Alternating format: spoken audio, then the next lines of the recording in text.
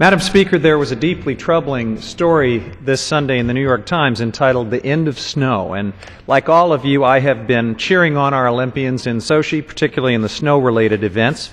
But as this article notes, climate change is threatening the very concept of Winter Olympics and snow sports in general. Current models project a 7-degree rise in global temperatures by the year 2100, leaving winters drier and our mountains bare of snow. Of the 19 cities that have hosted Winter Olympics, only 10 might still be cold enough by 2050 to host them again.